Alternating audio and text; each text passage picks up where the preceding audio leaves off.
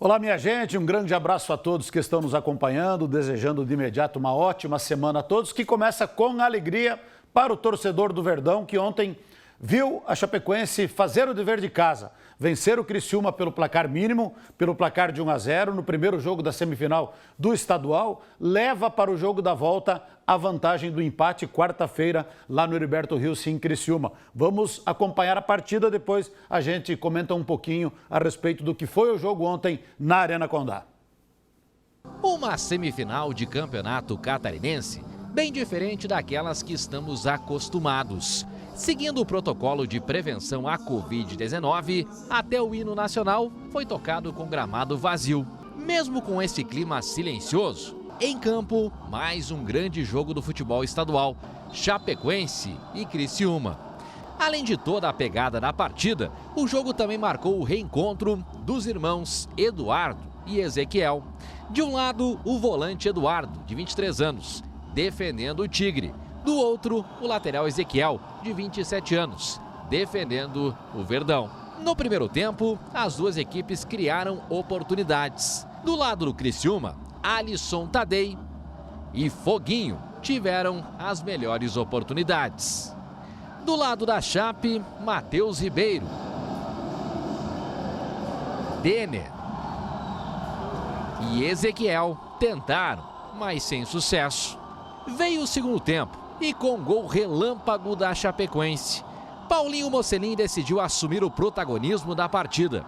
O camisa 94 recebeu na entrada na área, limpou a marcação e bateu com estilo no canto para fazer Chape 1-0. O Criciúma até tentou empatar, mas a pontaria não ajudou muito. Foguinho ainda teve chance de ampliar para o time da casa, porém a mira atrapalhou. Mas o inacreditável ficou para o último lance da partida. Alan Grafite saiu derrotado no duelo contra o goleiro Agenor e desperdiçou a chance mais clara de gol da partida. Bom, e o placar ficou assim na Arena Condá: Chapecoense 1, Criciúma 0. Com a vitória, a Chapecoense leva vantagem para o jogo da volta, que acontece na próxima quarta-feira em Criciúma. Um simples empate coloca a Chapecoense na quinta final consecutiva do campeonato estadual. A avaliação que eu faço do jogo, um jogo muito equilibrado, um jogo difícil. A gente sabia que nós íamos encontrar dificuldade, até mesmo pelo espaço, né, de tempo de uma partida para outra, o jogo que exigiu da gente demais, o jogo do Avaí. Então, estava nesse processo de recuperação, você via que alguns movimentos a gente estava fazendo uma força maior que é o natural. Mas é parabenizar os atletas que se superaram mais uma vez, conseguiram mais uma vitória. Tá aí então o técnico Humberto Loser, continua invicto no comando da Chapecoense, 8 partidas. Claro que tem aquela derrota nos pênaltis amarga para o São José lá em Porto Alegre, que valeu eliminação da Copa do Brasil. Mas com bola rolando no tempo normal, 8 jogos, 5 vitórias e 3 empates do Humberto Loser. E ontem uma vitória justa, uma vitória merecida, isso aí ninguém discute, porque todo mundo sabe que a Chapecoense teria dificuldades pelo estilo de jogo do Criciúma, do técnico Roberto Cavalo, que é um técnico que não tem vergonha de jogar o seu estilo com forte marcação, amorcegando o jogo, não é um jogo aberto, não é um jogo bonito, o tipo de jogo do Roberto Cavalo é esse. Mas a Chapecoense foi o time que no primeiro tempo tomou iniciativa, tentou jogar mais no campo de ataque, faltou acertar o último passe, faltou ser mais efetiva na hora das conclusões. E o chute mais perigoso do primeiro tempo foi do Criciúma. O primeiro chute em gol do Alisson Tadeu, aquele que nós vimos no primeiro lance. Ali depois teve uma outra conclusão do Foguinho do Criciúma, que foi para fora, não foi tão perigosa. Mas o chute do Alisson Tadeu foi muito perigoso. E a Chapecoense tentou responder, tentou pressionar, mas o Criciúma jogou fechado, jogou marcando forte, e a Chapecoense não teve aquela criatividade para sair da marcação e principalmente acertar o último passe, o cruzamento, e a conclusão terminou 0-0. No segundo tempo seria a mesma coisa, só que o Concórdia o Criciúma provou do próprio veneno quando o Agenor deu um chutão para frente, O Luiz Otávio, a gente viu ali, cabeceou a bola, a Chapecoense armou o contra-ataque. O Denner, que mais uma vez teve boa participação enquanto esteve em campo, tocou para o Paulinho Mocelin, o homem da caminhonete branca, diz o Pradão aqui. Paulinho Mocelin, a lenda, nunca critiquei. Que golaço fez o Paulinho Mocelin. Teve calma, tranquilidade para deitar o marcador, colocar no cantinho do Agenor para fazer 1-0. Era 1 minuto, gente, do segundo tempo. Isso queria dizer o quê? Que o Criciúma ia ter que se soltar um pouquinho mais, que ia ter que sair mais para o jogo. Embora não com tanta vontade assim, mas o Criciúma tentou sair. E a Chapecoense teve espaços para o contra-ataque, voltou para marcar um pouquinho atrás, a Chapecoense recuou um pouco demais, na minha opinião, no segundo tempo. Eu acho que se continuasse pressionando, atacando, poderia ter feito o segundo gol, mas a grande oportunidade ficou nos pés do menino Alan Graffiti, que teve cara a cara com o goleiro Agenor e acabou desperdiçando. A gente aprende muito mais no erro do que no acerto. E certamente esse lance aí deve ter ficado na mente do Alan Graffiti a noite inteira. Eu acho que esse menino não conseguiu dormir, depois chorou depois do jogo. Faz parte da profissão, perde gols assim, veteranos e jovens. Então ele poderia ter definido o lance de outra maneira, tocado para o Foguinho, muito embora na maior parte do lance o Foguinho estivesse impedido, mas se toca um pouco antes, poderia dar a opção de passe para o Foguinho, poderia sair o segundo gol, mas ele esperou muito para concluir e quando concluiu em cima do Agenor. Ali poderia ser o segundo gol. Não podemos também encerrar a carreira do menino, como tem gente que está querendo encerrar a carreira do Alan Graffiti. Tem que ter calma, não podemos crucificar o rapaz. Agora, poderia ser, sim, o segundo gol e uma tranquilidade muito maior para a Chapecoense. Mas ficou de 1-0, de bom tamanho, poderia ser melhor, ficou o sentimento de que poderia ser 2-0, ficou, mas também nós não podemos lamentar o que não aconteceu. Temos que valorizar o que aconteceu, que foi a vitória pelo placar de 1-0. E eu acho que a Chapecoense tem todas as condições de classificar no jogo da volta lá em Criciúma. Esse time do Humberto Loser toma poucos gols. Até agora, em 8 jogos, tomou 2 gols apenas. Então, é um time que toma poucos gols. E a Chapecoense vai jogar com a vantagem do empate. E a Chapecoense tem mais time do que o Criciúma. Só tem que prestar atenção na questão da arbitragem. Ontem, a Chapecoense foi ajudada pela arbitragem. 2 lances que o árbitro deixou de expulsar. Uma hora o Vinícius Guedes e outra hora o Luiz Otávio. Então, o presidente da federação é lá de Criciúma, vai ser pressionado, o Rubens Angelotti. Mas tudo bem, vamos aguardar quarta-feira, a delegação já viajou hoje mesmo, agora já está viajando lá para o sul do estado. Vai ser um jogo quente, o Roberto Cavalo sabe incendiar vestiário, mas o fato é que a Chapecoense está a um empate de mais uma final do Campeonato Catarinense e pode chegar lá. E quem vai chegar lá também é o Concórdia. Concórdia que no sábado venceu o Tubarão pelo placar de 2-0. A gente tem os gols aí, vamos mostrar os gols do Concórdia. Não? Pula o Concórdia então, não tem o Concórdia, mas tem o Brusque. Vamos com o Brusque então, que ontem venceu por 3-2. Em Jaraguá do Sul, o Brusque partiu para cima e abriu 2-0 no Juventus. Primeiro com o Thiago Alagoano e, na sequência, com o artilheiro Edu.